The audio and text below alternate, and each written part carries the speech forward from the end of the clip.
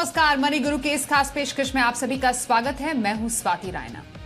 भारत में किसी मेट्रो शहर के प्राइवेट स्कूल में अगर आपका बच्चा पढ़ाई करता है तो नर्सरी से 12वीं तक की क्लास की जो पढ़ाई का खर्च है वो लगभग 30 लाख रुपए बनता है।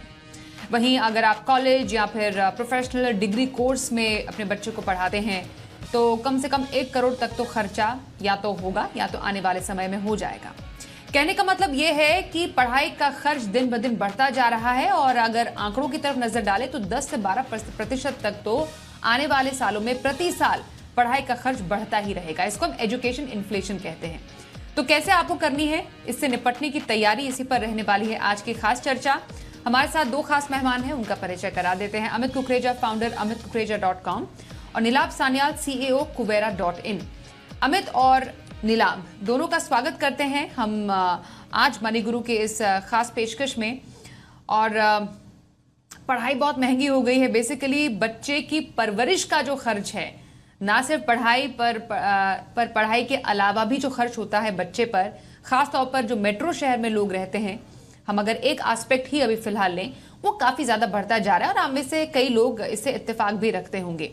ये जो पढ़ाई का खर्च है, अमित, आप मानते हैं कि आने वाले टाइम में ये और भी ज्यादा बढ़ता चला जाएगा और जो एक cost of raising a child है मेट्रो शहर में, उसमें आने वाले समय में लगभग और भी ज्यादा वृद्धि हो सकती है? लगभग कितना प्रतिशत तक आपको लगता है कि एक बच्चे की परवरिश में किसी एक फैमिली को खर्च करने पड़ेंगे?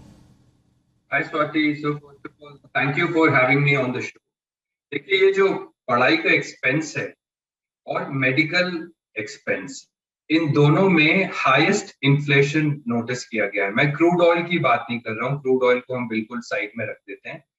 एजुकेशन में और मेडिकल में जो rate of increase of cost है वो one of the highest. Reason ये भी है स्वाति कि जैसे जैसे हम लोगों की लाइफस्टाइल और अच्छी होती जा रही है, अर्बन इंडिया में लोगों की अर्निंग कैपेसिटी स्ट्रांग हो गई है, लोगों की जो सेंसिटिविटीज होती हैं टुवर्ड्स देयर चिल्ड्रन कि हमें इतने अच्छे माहौल में रखना है, एक अच्छे सेंसिबल और सेंसिटिव सराउंडिंग्स में अपने बच्चे को ग्रो करना है।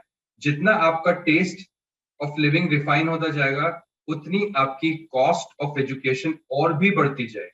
तो आप एमिनिटीज में लोग फोकस करने लगेंगे, quality of life within the organization और within the institution, within that building पे लोग फोकस करने लगेंगे। तो जितना लाइफस्टाइल एलिमेंट इधर एजुकेशन प्रोग्राम में आता जाएगा, उतना ये कॉस्ट बढ़ता जाएगा। तो आने वाले टाइम में ये एक आराम से 8 से 10% का एक इंक्रीज है जो हर एक पेरेंट को प्लान करना चाहिए अपने बच्चों के लिए। और आप जितना ज्यादा सोफिस्टिकेटेड, जितना जल्दी होंगे, उतना ही ज्यादा आपका खर्च बढ़ता जाएगा।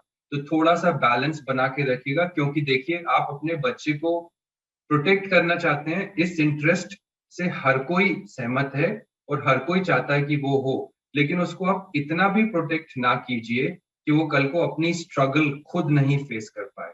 तो आपको वो डेलिकेट बैलेंस बनाना है और एजुकेशन प्रोग्राम और एजुकेशन सिस्टम को सिलेक्ट करने में भी वो बैलेंस बनाना है, जहाँ पे उसकी वेलबींग भी इंपॉर्टेंट रहे और उसकी स्ट्रगल जो वो खुद जीत सके, जो वो खुद अपने आप को निखार सके, वो भी इंपॉर्टेंट रहे। बिल्कुल। आप में से कई लोग जो माता पिता भी होंगे, वो ये समझ पा रहे होंगे कि नर्सरी में, स्पेशली नर्सरी एडमिशन में, जब बच्चे का नर्सरी में बच्चे का दाखिला कराया होगा, ट्यूशन फीस के हम कुछ एक चार्ट दिखा रहे थे अभी दर्शकों को कि प्री स्कूल से लेकर सीनियर स्कूल तक की पढ़ाई में लगभग औसतन एक प्राइवेट स्कूल में कितना खर्च होता है। और ये सिर्फ और सिर्फ ट्यूशन फीस है जिसकी हम बात कर रहे हैं, क्योंकि अगर आप एक स्कूल का एक फीस स्ट्रक्चर देखें, उसमें वन टाइम एडमिशन फीस भी होती है और बहुत सारे खर्चे होते हैं, ट्रांसपोर्टेशन खर्चा है और भी न जाने कितने सारे खर्चे जो इसमें एडेड होते हैं। सिर्फ और सिर्फ अगर हम फिर से दिखा पाएं प्राइवेट स्कूल के औसत खर्च को, एक प्री स्कूल का जो खर्च है ट्यूशन फीस, सिर्फ और सिर्फ औसतन, ये हम औसतन बात कर रहे हैं, 60,000 रुपए से 1.5 लाख रुपए तक का बनता है सालाना। प्राइमरी स्कूल का ही वही देखें तो लगभग 1.25 लाख से लगभग 2 लाख से कम ये जो खर्च है वो बनता है। मैं चाहती हूँ ये चार्ट एक बार फिर से दर्शकों को दिखाया जाए कि लगभग कितना औसत खर्च है जो अभी जो है पेरेंट्स भर रहे हैं अपने बच्चों के स्कूल के लिए। मिडिल स्कूल आप देखिए, मिडिल में लगभग 1.5 लाख से अगेन 1,80,000 तक का खर्च। सीनियर स्कूल में जाते हैं तो 2 लाख तक का ये मामला आगे बढ़ जाता है। अब इसके बाद जरा प्रोफेशनल कोर्स की तरफ आते हैं नीलाभ। मतलब जो एक खर्च करने का जो पैटर्न है वो तो नर्सरी से ही शुरू हो जाता है, और जैसा अमित बता रहे थे कि लाइफस्टाइल बदल रहा है, कॉम्पिटिटिवनेस बदल रही है, हम चाहते हैं बेस्ट से बेस्ट स्कूल में बच्चे का एडमिशन हो, तो ये भी चाहेंगे कि अच्छी प्रोफेशनल कोर्स की डिग्री मिले एक बच्चे को। तो एक औसतन अगर अच्छा डिग्री कोर्स भी बच्चे को करना है, हम ट्रेडिशनल या कन्वेंशनल कोर्सेज की बात करें, जैसे MBBS या MBA की पढ़ाई है, BTech की पढ़ाई है, LLB जैसे कोर्सेज हैं, उसमें भी हर साल 10% की बढ़ोतरी हो रही है। और खास तौर पर जो विदेशों में पढ़ाई का जो ट्रेंड है नीलाभ, मैं आपसे जानना चाहूंगी, उसमें काफी ज्यादा खर्च में बढ़ोतरी हुई है, क्योंकि वन ऑफ द फैक्टर्स हम जानते हैं कि रुपया लगातार कमजोर हो रहा है, जिसके चलते विदेशों में बच्चों को भेजना भी शायद जो पेरेंट्स होंगे अभी शायद भेजने से पहले 2 बार सोचें। जी, मैं आपकी सारी बातों से सहमत हूँ। 2 चीजें मैं इसमें ऐड करना चाहूंगा कि एक पार्ट जो है वो इन्फ्लेशन है, दूसरा इम्पॉर्टेंट पार्ट ऑल्सो इज कि जो लाइफस्टाइल है, हमारी आकांक्षाएं कि हम अपने बच्चों को अच्छे स्कूल में भेजें और साथ में एक अच्छी लाइफस्टाइल भी दें, तो that is the other part of inflation. तो अगर जो भी हम ट्यूशन फी का एस्टिमेट कर रहे हैं उसके साथ में लगभग मेरे ख्याल से आप 50%, 50% जो है उतना उस एक्स्ट्रा आप स्पेंड करेंगे। एक एग्जांपल देता हूँ, जैसे स्कूल में ही जो पीटी के शूज होते थे, जब हम छोटे थे तो वो शायद 150 रुपए के पीटी के शूज आते थे। अभी वही शूज हम ब्रांडेड डिफरेंट ब्रांड के शूज लेते हैं, वो 2,500 से 3,000 रुपए के आते हैं। तो ये एक छोटा सा एग्जांपल है, बट इस तरह से हर चीज के यूनिफॉर्म के कॉस्ट, स्कूल आने जाने का कॉस्ट, ये सब चीजें आप ऐड करेंगे तो ट्यूशन फीस से ऊपर आपका करीब 50% एडिशनल एक्सपेंस हो जाता है। Higher education specially has seen significant inflation. International education obviously बहुत ज्यादा इन्फ्लेशन है, रुपए की दर घटने की वजह से वहां पे ऑटोमेटिकली कॉस्ट बढ़ गई है। पर आप साथ में ये भी देखिए कि जो बच्चे बाहर पढ़ने जा रहे हैं इंडिया के, वो कम नहीं हुए, वो बढ़ ही रहे हैं पहले से।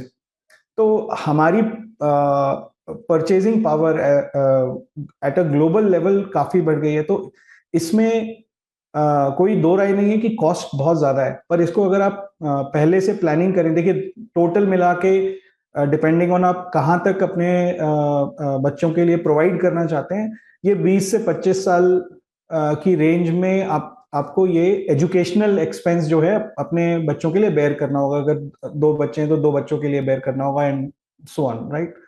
तो ग्रेजुएशन मेरे ख्याल से कोई प्रोफेशनल कोर्स अगर करने जाते हैं, MBBS मेरे ख्याल में सबसे एक्सपेंसिव कोर्स होगा from a cost of education perspective.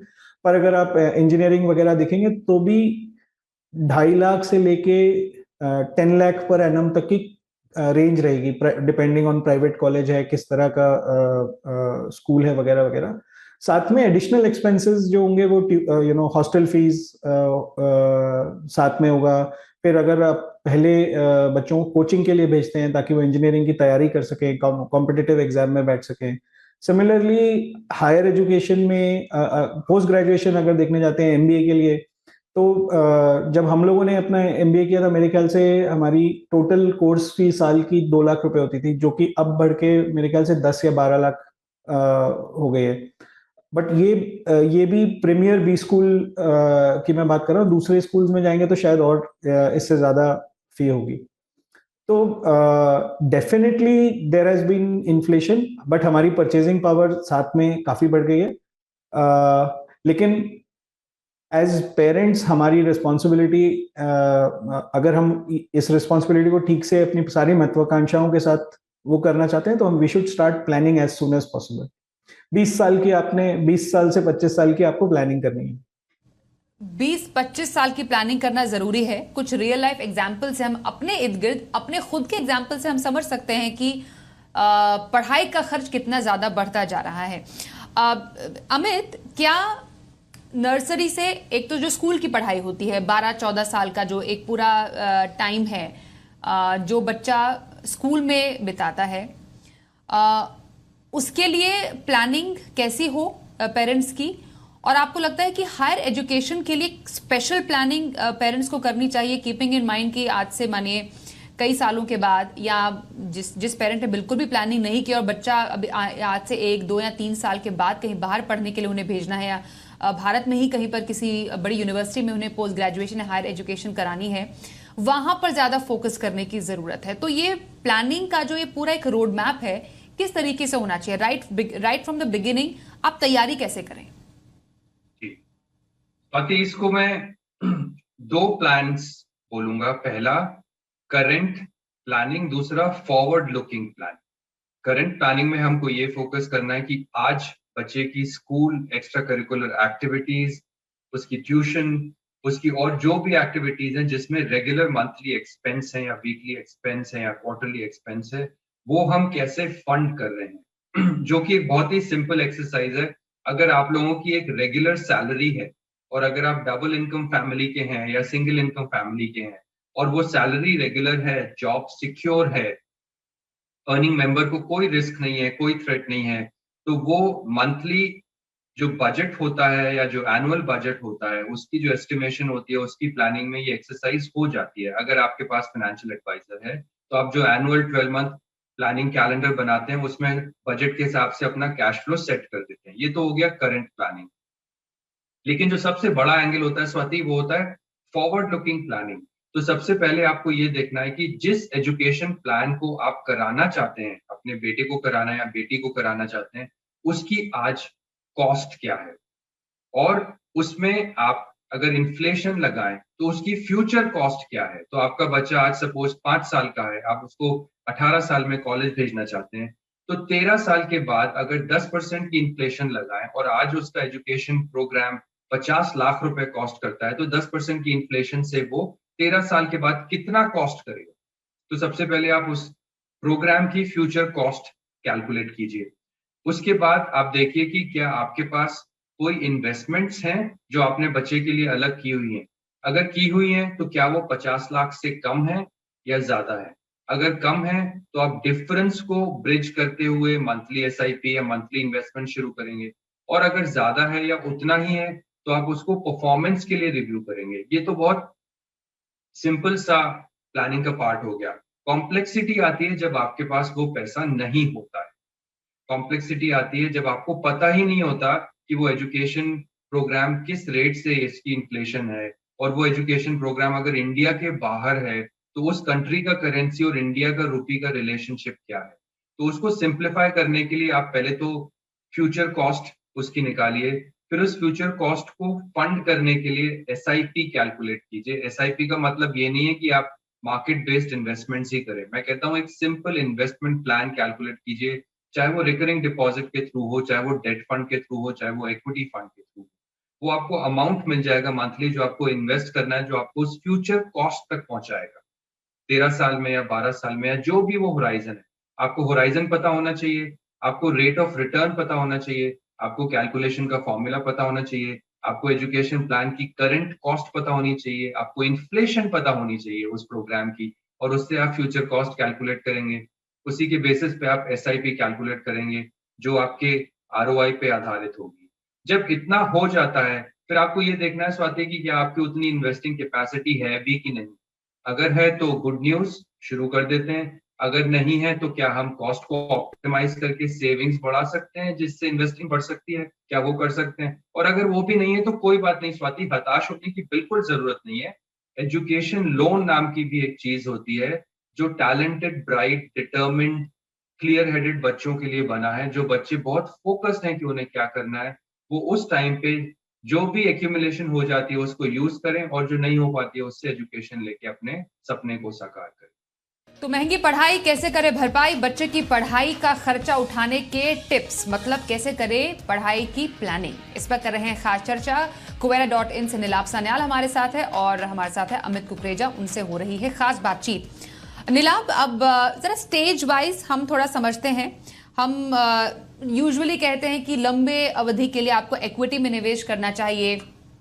अगर आपका शॉर्ट टर्म का गोल है तो डेट में आप इन्वेस्ट करें। अभी मैं सिर्फ और सिर्फ म्यूचुअल फंड्स की बात कर रही हूं। इसमें लॉन्ग टू शॉर्ट टर्म का किसी का अगर नजरिया हो तो कौन कौन सी कैटेगरीज है जिसमें आपको लगता है स्पेशली पढ़ाई के गोल के लिए किसी को निवेश करना चाहिए? माने किसी का गोल अगर 10 साल से ऊपर है, बहुत ही लंबी अवधि का, तो कौन सी कैटेगरी सही बैठेगी? उसके बाद अगर जितना जितना गोल कम होता है या जितना निवेश नजरिया कम होता है, तब कौन सी कैटेगरीज फिट बैठती हैं?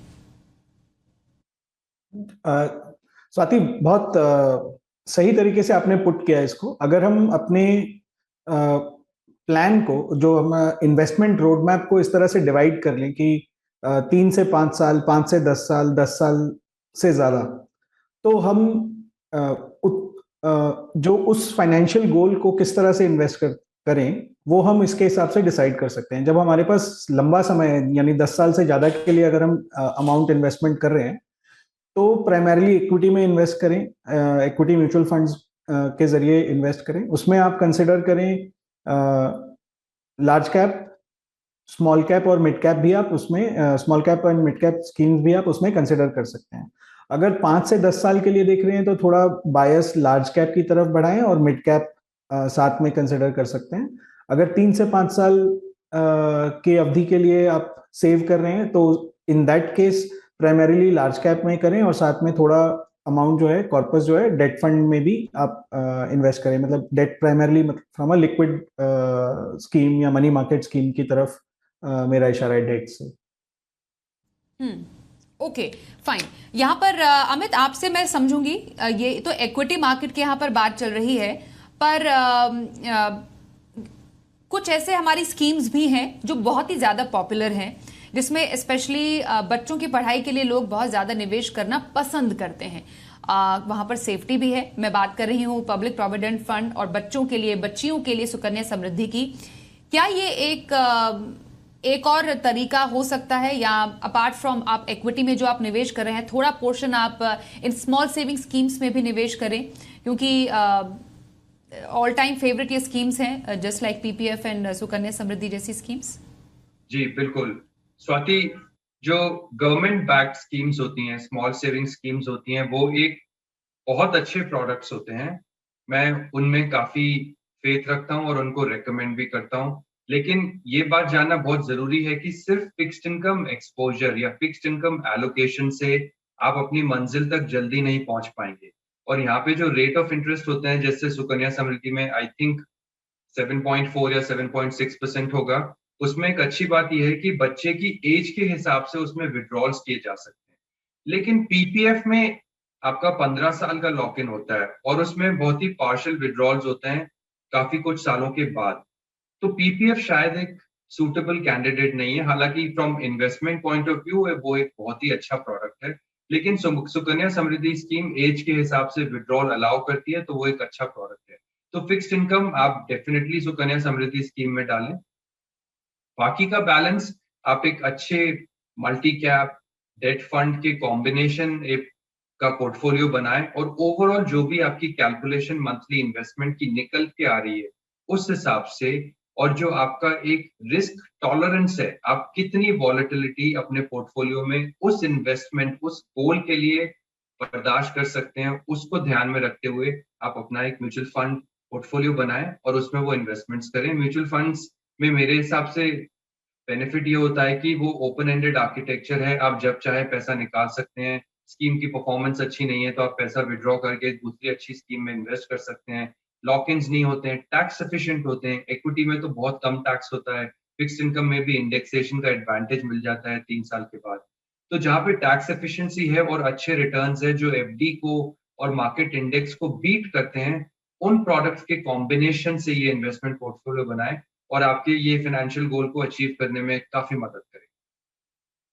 और एजुकेशन लोन लीला कौन से सिचुएशन में सही बैठ सकता है एक तरीका अपने बच्चे की पढ़ाई को फंड करने का? कई लोग डिबेट कर सकते हैं कि कर्ज क्यों लेना, पर एजुकेशन लोन भी एक बहुत पॉपुलर तरीका है बच्चे की पढ़ाई को फंड करने का। जी बिल्कुल। देखिए, लोन एजुकेशन के लिए काफ़ी एवेन्यूज अवेलेबल होते हैं, अमाउंट भी अच्छी खासी, अगर आज के हिसाब से देखें तो आई थिंक 30 to 50 lakhs तक का भी एजुकेशन लोन आप ले सकते हैं।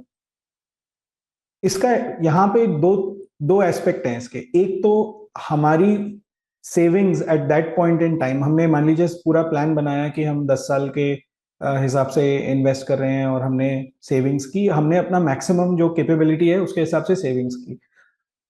अमाउंट मान लीजिए उस पॉइंट तक पहुंच गया जहां पे से बढ़ के इन्वेस्टमेंट बढ़ के आपका उस वैल्यू पे पहुंच गया जहां पे आपकी रिक्वायरमेंट मीट हो जाती है, जो ट्यूशन फीस और खर्चे वगैरह मीट हो जाते हैं, तो परफेक्ट है, फिर तो लोन लेने की कोई जरूरत नहीं है। लेकिन अगर वो नहीं होता है, which could be because of 2 reasons, may be आप प्लान कर रहे थे कि जो एजुकेशन के लिए आप इंजीनियरिंग की पढ़ाई के लिए प्लान कर रहे थे, लेकिन आपके बेटे या बेटी को डॉक्टर बनना है, तो सडनली उनका कोर्स का चॉइस चेंज हो गया। और बच्चों के साथ होता है 8th 9th 10th 11th में उनका माइंड जो होता है वो काफी फ्रीक्वेंटली चेंज होता है। तो आप किस हिसाब से, उनका हो सकता है प्लान चेंज हो जाए, आपकी सेविंग्स हो सकता है एडिक्वेट ना हो। एजुकेशन लोन का मेन जो एडवांटेज ये होता है, अगर बच्चे को अच्छे स्कूल में एडमिशन मिल रहा है तो चाहे फिर उसकी कॉस्ट कितनी भी हो, जो गैप है अगर हम अपने पॉकेट से उस वक्त नहीं पे कर पा रहे हैं, तो लोन मेक श्योर दैट उसको वो अच्छी एजुकेशन से वंचित ना हो, वो वहां पे वो लोन फुलफिल हो जाता है। दूसरी चीज है कि लोन, एजुकेशन लोन में नॉर्मली मॉरेटोरियम होता है। मॉरेटोरियम का मतलब कि उसकी जो ईएमआई है, जो लोन को आपको वापस करना है, वो आप पढ़ाई खत्म करने के, मतलब जो भी चाइल्ड है उसकी पढ़ाई, वो अपने बच्चा अपने पढ़ाई खत्म करने के बाद, ग्रेजुएशन खत्म करने के भी 6 महीने 1 साल के बाद वो लोन रीपे करना शुरू कर सकते हैं। तो इसका मतलब ये हुआ कि अगर पढ़ाई करने के बाद वो जॉब शुरू कर रहे हैं तो वो अपनी इनकम वहां पे ऑगमेंट करके उस लोन को रीपे कर सकते हैं। तो लाइक आई सेड कि it will be a partial method, कि अगर हमारी सेविंग्स उस स्पेस पे नहीं बढ़े किसी भी वजह से, या हमारी सेविंग्स एडिक्वेट नहीं है कि वो ग्रो होके, मतलब मान लीजिए 10-15% से भी ग्रो हुई, फिर भी हम जो अमाउंट सेव कर पा रहे हैं वो उतना एडिक्वेट नहीं हुआ, वहां पे आप एजुकेशन लोन डेफिनेटली कंसिडर करें। और it pushes the liability, it pushes the repayment burden further, and by that time probably the child also will be earning, वो भी लोन अपने बच्चे की पढ़ाई को फंड करने का, जैसा कि समझाया बहुत अच्छे से नीलाभ ने। और बेटर ये रहता है कि आप पहले से एक प्लानिंग कर ले, जल्दी शुरुआत करें। अगर अभी आपका बच्चा छोटा है तो अभी आप उसके आने वाले एजुकेशन की प्लानिंग करनी शुरू कर दीजिए। आगे आने वाले 14 साल या 15 साल में बच्चे को पढ़ाई करने के लिए बाहर भेजना है। अब तो बाहर जाना इतना ज़्यादा मुश्किल नहीं है, बच्चे बाहर पढ़ाई करते हैं, आसानी से कर भी सकते हैं। तो शुरुआत से आप अभी से प्लान करना शुरू करेंगे तो आपको आगे जाके दिक्कत नहीं होगी। बाकी आयाम और तरीके बहुत सारे हैं जिनका आप इस्तेमाल कर सकते हैं अपने बच्चे की पढ़ाई को फंड करने के लिए। बहुत धन्यवाद करेंगे अमित आपका, और साथ ही नीलाभ आपका भी, मनी गुरु में आज हमारे साथ शामिल होने के लिए।